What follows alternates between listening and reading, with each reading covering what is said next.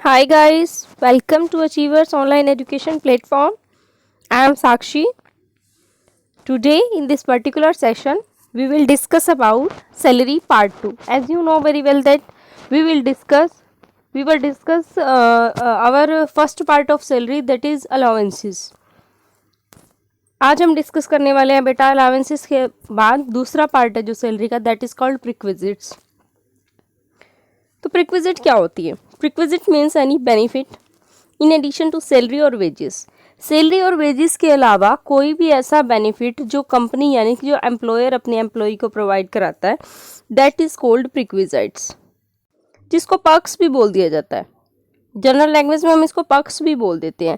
ये in kind होती हैं। इन काइंड का मतलब क्या है? अगर आपको कोई चीज़ एम्प्लॉयर के द्वारा एम्प्लॉई को सैलरी के अलावा जब कोई बेनिफिट दिया जाता है, अगर वो कैश की फॉर्म में दे दिया जाएगा तो उसको बोलेंगे हम अलाउंसेस। लेकिन अगर वो इन काइंड का मतलब किसी अदर फॉर्म में दिया जाता है, जैसे घर के लिए रेंट की कैश मनी दे दी तो वो क्या बन जाएगा? अलाउंसेस। लेकिन एक क्वार्टर प्रोवाइड करवा दिया रहने के लिए तो बेटा वो बन जाएगी प्रिक्विजिट। ट्रांसपोर्ट के लिए बस अवेलेबल करवा दी इन आउट के लिए, भी आने जाने के लिए, तो क्या बन जाएगी? प्रिक्विजिट। और अगर कैश में मनी दे दी कि बेटा आप अपना ऑटो से अरेंज करो या कैसे भी अरेंज करो, हम कैश में मनी आपको दे देंगे, तो उसको बोलेंगे अलाउंसेस। अलाउंसेस वैसे तो प्रिक्विजिट कैश में भी दी जा सकती है, लेकिन इनकम टैक्स पर्पज से बाइफर्केशन करने के लिए जो चीज़ कैश में पे की जाती है उसको हम अलाउंसेस बोलते हैं, और जो इन काइंड पे की जाती है उसको हम प्रिक्विजिट्स बोलते हैं।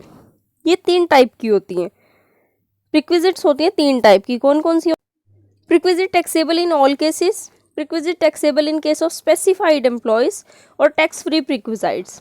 देखो बेटा, टैक्सेबल इन ऑल केसेस का मतलब क्या होता है कि प्रिक्विजाइट जो सभी एम्प्लॉयज़ के लिए टैक्सेबल होती हैं, किसी के लिए भी छूट नहीं है, चाहे वो गवर्नमेंट हो नॉन गवर्नमेंट हो, it doesn't matter for them, ये टैक्सेबल रहेगी। कुछ केस में क्या होता है कि प्रिक्विजिट स्पेसिफाइड एम्प्लॉय के केस में ही टैक्सेबल होती हैं, और कहीं पर क्या होता है कि कुछ जो प्रिक्विजिट होती है वो टैक्स फ्री भी होती है। तो हम बात करते हैं सबसे पहले taxable in all cases. Taxable in all cases का मतलब है the value of rent free accommodation provided to the assessee by his employer. यहाँ पर क्या आएगा कि कोई भी ऐसी चीज़ है जो एम्प्लॉयर के द्वारा एम्प्लॉय को प्रोवाइड की जा रही है और जिसके लिए एम्प्लॉय लायबल है, एम्प्लॉय ऑब्लिगेटरी है, एम्प्लॉय ने पेमेंट करनी ऑब्लिगेटरी है एम्प्लॉय के लिए, तो उस केस में अगर एम्प्लॉय की ऑब्लिगेशन, एम्प्लॉय के दायित्व को एम्प्लॉयर पे कर देता है तो वो क्या बन जाती है? एम्प्लॉयर के बिहाफ पर एम्प्लॉय की पेमेंट। तो उसके लिए जो टैक्स बनेगा वो कौन पे करेगा? एम्प्लॉय पे करेगा, क्योंकि ये टैक्सेबल प्रिक्विजिट का पार्ट बन जाती है। इसके अंदर इंक्लूड होगा the value of rent free accommodation provided to the assessee by his employer. अब एम्प्लॉयर ने क्या करा? रहने के लिए क्वार्टर दे दिया। अब हमारी जॉब लग गई, गवर्नमेंट जॉब में है हम या प्राइवेट जॉब में है, हमें कंपनी क्या करती है? क्वार्टर दे देती है, क्वार्टर अलॉट कर देती है। रेंट फ्री अकोमोडेशन, अकोमोडेशन होता है घर मिलना, रेंट फ्री जिसका हमें कोई रेंट नहीं पे करना है, तो उसकी वैल्यूएशन की जाती है, जो हम आगे नेक्स्ट स्लाइड में सीखेंगे कि कैसे वैल्यूएट करते हैं। उसकी वैल्यूएशन करेंगे, जितना रेंट फ्री अकोमोडेशन हमें मिला है उसकी वैल्यूएट करने के बाद जो अमाउंट आएगी हम उसको अपनी सैलरी की हेड के अंदर इनकम में ऐड करेंगे, क्योंकि वो टैक्सेबल होगी। उसके बाद देखिए, the value of any concession in the matter of rent regarding any accommodation provided to the assessee by his employer. वही, अगर पहले रेंट फ्री अकोमोडेशन दे दी, अब रेंट दे रहा है, तो इन सब के अंदर यही चीज़ मेंशन है कि अगर एम्प्लॉयर एम्प्लॉय के होटल के बिल पे करता है, क्लब के बिल पे कर रहा है, या कोई लोन है उसकी इंस्टॉलमेंट पे कर रहा है, या एम्प्लॉयर ने बच्चों के एजुकेशन एक्सपेंसेस पे कर दिए एम्प्लॉय के, या फिर एम्प्लॉयर ने क्या किया? एम्प्लॉय का कोई सर्वेंट है, एम्प्लॉय ने रखा हुआ है, एम्प्लॉयर ने उसकी सैलरी पे कर दी, या फिर एम्प्लॉयर ने एम्प्लॉय का इनकम टैक्स पे कर दिया। इनकम टैक्स जो कि एक बहुत ही पर्सनल टैक्स होता है, एम्प्लॉयर ने एम्प्लॉय के लिए वो इनकम टैक्स पे कर दिया है। किसी भी तरीके का कोई भी लीगल एक्सपेंडिचर है जो एम्प्लॉयर ने एम्प्लॉय के बिहाफ पर पे कर दिया है, तो इन सभी खर्चों के लिए जहां एम्प्लॉय जिम्मेदार था, एम्प्लॉय ने पे करने थे बट एम्प्लॉयर ने पे कर दिए हैं, तो उन सभी की वैल्यू कैलकुलेट की जाएगी और उस वैल्यू को सैलरी हेड में ऐड किया जाएगा। ये होती हैं टैक्सेबल प्रिक्विजिट्स। उसके बाद देखिए, इसी के अंदर और है कि अगर एम्प्लॉयर ने एम्प्लॉय को कोई स्वेट इक्विटी शेयर प्रोवाइड किए हैं, जो कि मार्केट वैल्यू से कम वैल्यू के हैं, कोई भी इक्विटी शेयर प्रोवाइड किए हैं जो मार्केट वैल्यू मान लीजिए 100 रुपीज़ थी उन शेयर की, एम्प्लॉयर ने एम्प्लॉय को 80 रुपीज़ में दे दिए, तो 20 रुपये जो कम वैल्यू पे दिए हैं, 20 रुपये की वैल्यू कहाँ टैक्सेबल हो जाएगी सैलरी हेड में। या एम्प्लॉयर कई बार एम्प्लॉय को फ्री ऑफ कॉस्ट भी शेयर प्रोवाइड कर देता है, तो जितनी वैल्यू वो मार्केट में चार्ज करता है उसके हिसाब से एम्प्लॉय के ऊपर टैक्स लग जाता है। ठीक है जी। कोई अदर सुपर एनुएशन फंड के अंदर अगर एम्प्लॉयर ने एम्प्लॉय के नाम से कंट्रीब्यूशन किया है तो 1.5 लाख तक तो एग्जाम्प्ट है, उसके बाद उसकी वैल्यूएशन के ऊपर टैक्स लग जाएगा। उसके बाद है कोई अदर फ्राइज बेनिफिट्स हैं जो एम्प्लॉयर अपने एम्प्लॉय को प्रोवाइड करवाता है सर्विस के दौरान, उन सभी जो भी फ्राइज बेनिफिट, फ्राइज मतलब अलग बेनिफिट होते हैं जो, उन सब के ऊपर भी टैक्स कैलकुलेट होता है। जैसे इंटरेस्ट फ्री और कंसेशनल लोन। इंटरेस्ट फ्री का मतलब क्या है कि भाई मेरे को 10,000 की ज़रूरत है, मैंने अपने एम्प्लॉयर को बोला, एम्प्लॉयर ने कहा ठीक है मैं आपसे कोई इंटरेस्ट चार्ज नहीं करूँगा, बस मैं आपको 10,000 दे देता हूँ। तो जितना मार्केट में वो पैसा दूसरे पर्सन को देता उतना इंटरेस्ट दूसरे पर्सन से लेता, उसके इक्वल वैल्यूएट करके हम क्या करते हैं, उसकी वैल्यू टैक्स के लिए ऐड करते हैं। या कंसेशनल लोन का मतलब है भाई मार्केट के अंदर 5% की रेट से इंटरेस्ट दिया जाता है, हमें 3% से मिल रहा है, हमें एम्प्लॉई है कंपनी के, तो जो 2% है वो वैल्यूएशन आ जाएगी, टैक्सेबल वैल्यूएशन। हॉलीडे एन्जॉयमेंट है, एम्प्लॉयर अपने एम्प्लॉय को हॉलीडे एन्जॉयमेंट के लिए भेजते हैं, वहाँ पर भी जो एक्सपेंडिचर करते हैं एम्प्लॉयर वो भी क्या हो जाएगा, टैक्सेबल हो जाएगा। फ्री फूड है, एम्प्लॉयर अपने एम्प्लॉय को फ्री फूड दे रहा है, वो भी टैक्सेबल है। गिफ्ट है या क्रेडिट कार्ड के एक्सपेंडिचर पे कर दिए, क्लब के खर्चे हैं, कोई मूवेबल एसेट यूज़ करने के लिए दी गई है या कोई मूवेबल एसेट का ट्रांसफ़र किया है, कोई अदर बेनिफिट दी है, अमेनिटी दी है, तो ये बेनिफिट के केस में भी क्या होगा, इन सभी केसेस के अंदर ये प्रीक्विजिट्स फुली टैक्सेबल रहेंगी आपकी। यहाँ तक क्लियर हो गया। तो बेटा हमने देखा कि टैक्सेबल प्रीक्विजिट कौन सी होती हैं, जहाँ पर एम्प्लॉयर अपने एम्प्लॉय का दायित्व जहाँ बनता है वहाँ भुगतान करता है, चाहे एम्प्लॉयर एम्प्लॉय के नाम से लोन की पेमेंट कर रहा हो या इंटरेस्ट की पेमेंट कर रहा हो या इनकम टैक्स की पेमेंट कर रहा हो या रेंट फ्री अकोमोडेशन प्रोवाइड करवा रहा हो, क्लब के खर्चे, होटल के खर्चे, बच्चों के एजुकेशन के खर्चे, लीगल एक्सपेंडिचर, किसी भी तरीके के फ्रेंड्स बेनिफिट्स हैं, सुपर एनुएशन फंड में मनी डाल रहे हैं या sweat equity share interest free concessional loan पे दे रहे हैं, कोई भी बात हो सकती है जहां एम्प्लॉयर एम्प्लॉय को मनी प्रोवाइड करवाने की बजाय इन काइंड उसके नाम से पेमेंट कर देता है, वहां पर हो जाती हैं टैक्सेबल प्रीक्विजाइट्स।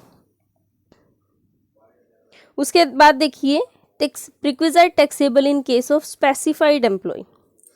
यहाँ स्पेसिफाइड का मतलब क्या है, स्पेसिफाइड का मतलब विशिष्ट एम्प्लॉय, मतलब ऐसे एम्प्लॉयज जो मेनली टॉप कैटेगरी में आते हैं, डायरेक्टर हो सकते हैं कंपनी के, या जिनका कंपनी के अंदर वोटिंग राइट हो 20% से ज़्यादा, उनको भी स्पेसिफाइड एम्प्लॉय बोलेंगे।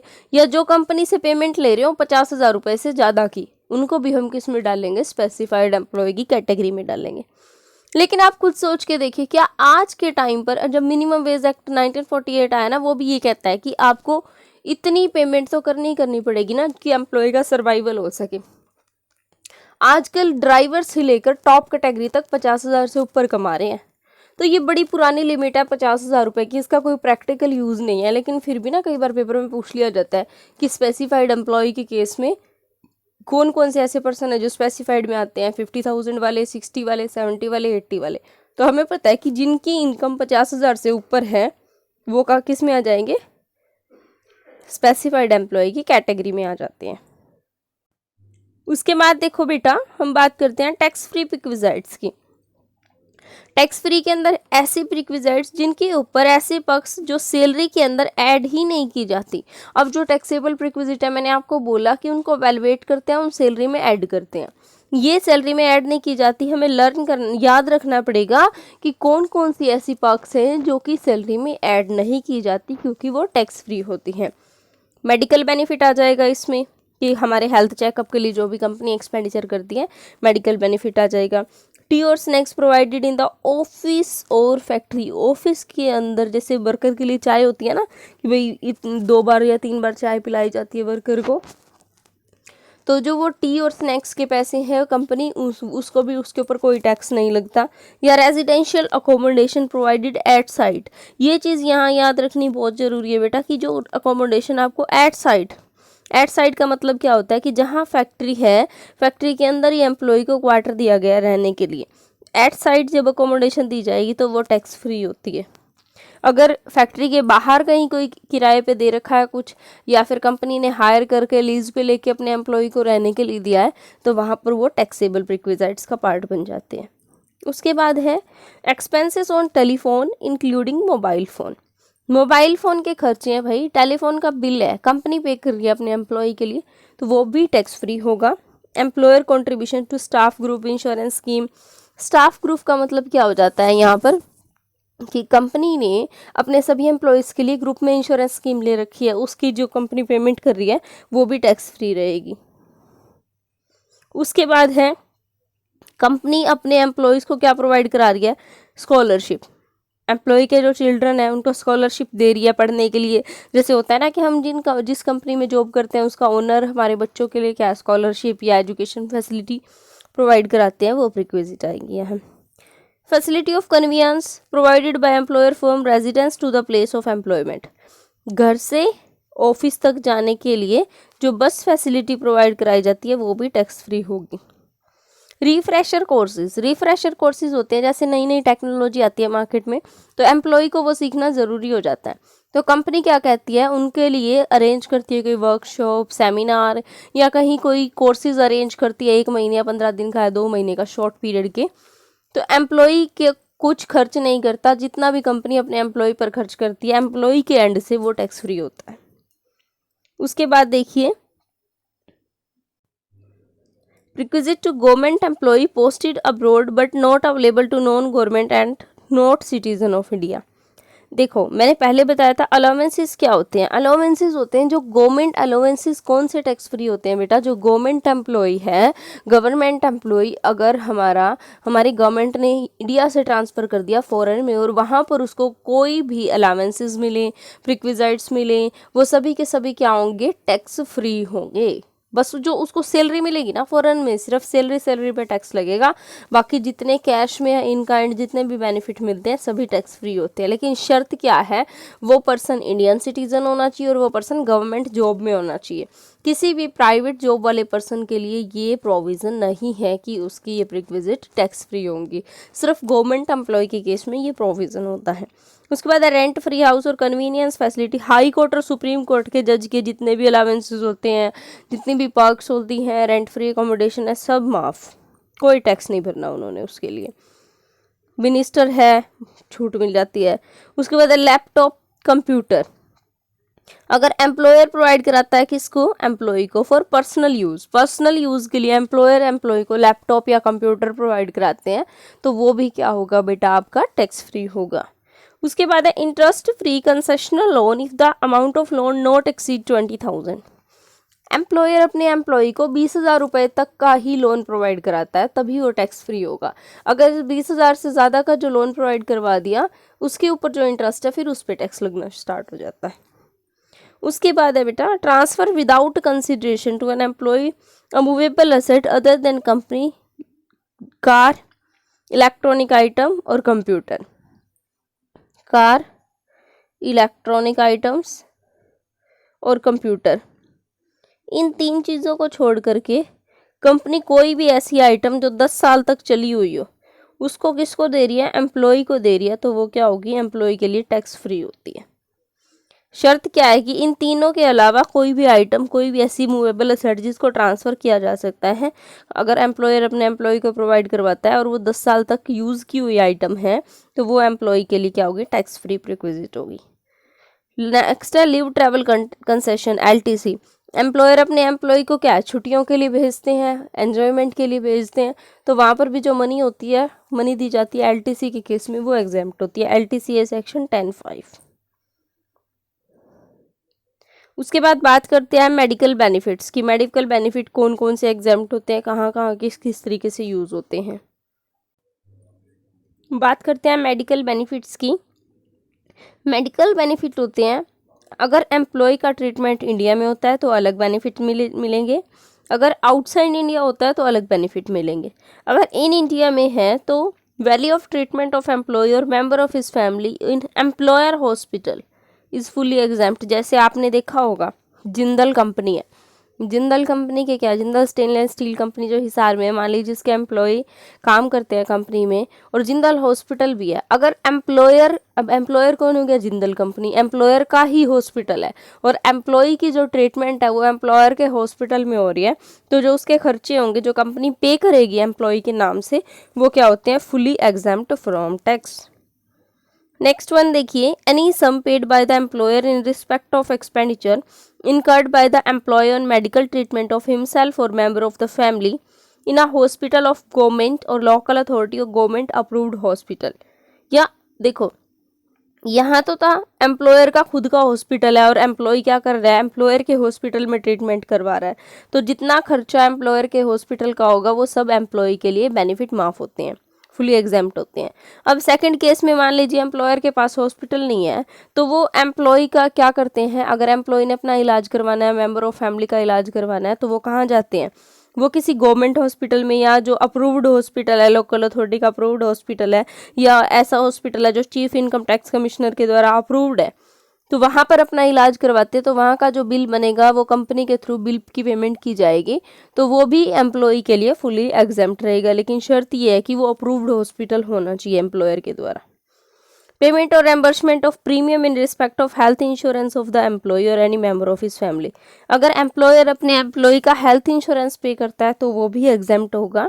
और जो लास्ट वन है, reimbursement of expenses incurred the treatment of employee in a private clinic और नर्सिंग होम के अंदर कोई भी एक्सपेंडिचर किए हमने, जैसे हम अपने पास के प्राइवेट क्लिनिक में चले जाते हैं, वहाँ पर हमारे या हमारे किसी फैमिली मेम्बर का कोई चेकअप करवाया, उसकी पेमेंट हमने की है, लेकिन हम अपना बिल एम्प्लॉयर को दिखाते हैं, तो क्या उसकी छूट मिलेगी? पहले मिलती थी 15,000 तक, लेकिन अब क्या है, ख़त्म कर दिया। इसलिए मैं दोनों बातें बता रही हूँ आपको। पुरानी चीज़ पूछे तो 15,000 तक मिलती थी छूट, लेकिन आज के टाइम इस चीज़ की कोई भी छूट नहीं है, कोई एग्जाम्पशन नहीं है। अगर आप प्राइवेट क्लिनिक से प्रैक्टिस करा रहे हो, नर्सिंग होम से, तो उसकी कोई भी डिडक्शन आपको नहीं मिलने वाली है। ठीक है।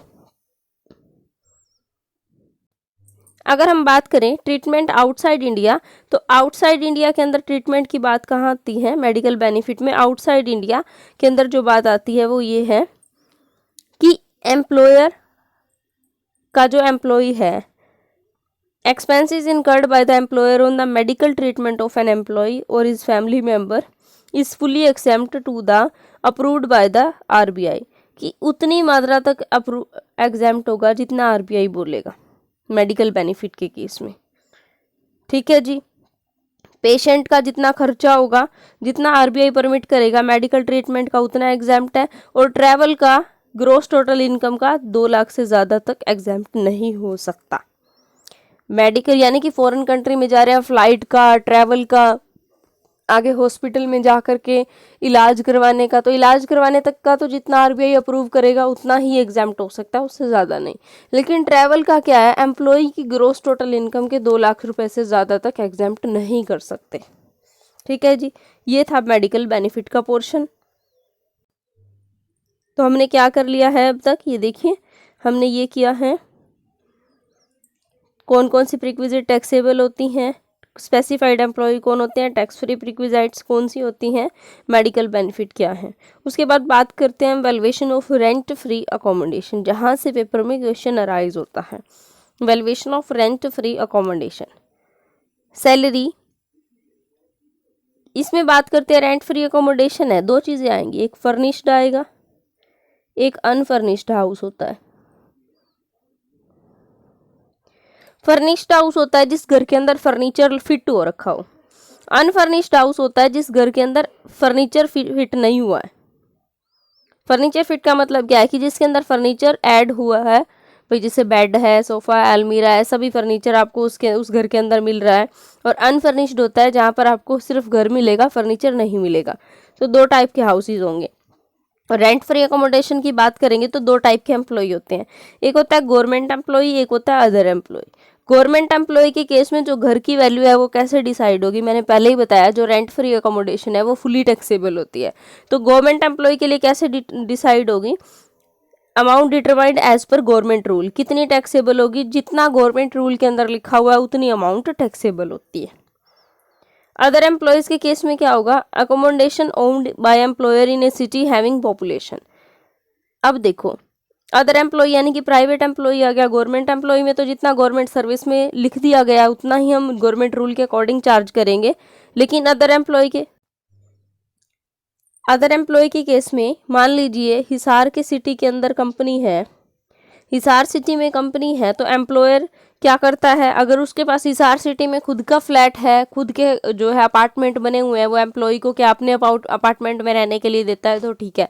कई बार ये भी होता है कि एम्प्लॉयर के पास खुद की जगह नहीं है कि रेंट पे देने के लिए, या एम्प्लॉयर के खुद के क्वार्टर नहीं है, तो एम्प्लॉयर क्या करता है, रेंट पे क्वार्टर लेकर के अपने एम्प्लॉय को रहने के लिए देता है। तो दोनों केसेस अलग अलग है हमारे पास में। Accommodation owned by employer in A city having population, जैसे कि अगर वो जो अकोमोडेशन है एम्प्लॉयर के द्वारा प्रोवाइड की जा रही है, अगर वो उस सिटी में प्रोवाइड की जा रही है जिसमें 25 लाख से ज़्यादा की पॉपुलेशन है, तो value of rent free accommodation कितनी आएगी, 15% ऑफ सैलरी। अगर हमें उस सिटी में घर मिल रहा है जिसमें 10 से 25 लाख के बीच में लोग रहते हैं, तो वैल्यू कितनी बनेगी अकोमोडेशन की, 10% ऑफ सैलरी। या फिर हमें उस सिटी में घर मिल रहा है जिसके जनसंख्या 10 लाख तक है, 10 लाख से कम है, तो 7.5% ऑफ सैलरी हमारी रेंट फ्री अकोमोडेशन की वैल्यू बनेगी। ये अनफर्निश्ड की बात है, जहां फर्नीचर ऐड नहीं है, घर में खाली घर है।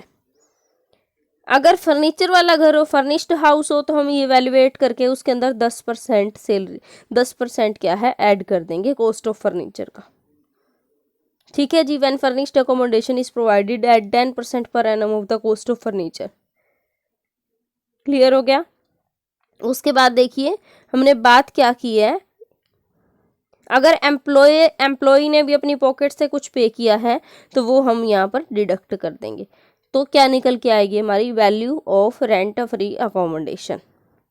तो मैंने क्या बताया, रेंट फ्री अकोमोडेशन क्या है कि भाई मेरी जॉब लगी हुई है दिल्ली में या नोएडा में, मेरे को नोएडा के अंदर मेरी कंपनी ने एक फ्लैट दे रखा है, कंपनी के खुद के फ्लैट्स बने हुए हैं। पहले मैं उस पर आती हूँ कि कंपनी के खुद के फ्लैट्स बने हुए हैं, कंपनी ने मुझे नोएडा में एक फ्लैट दिया।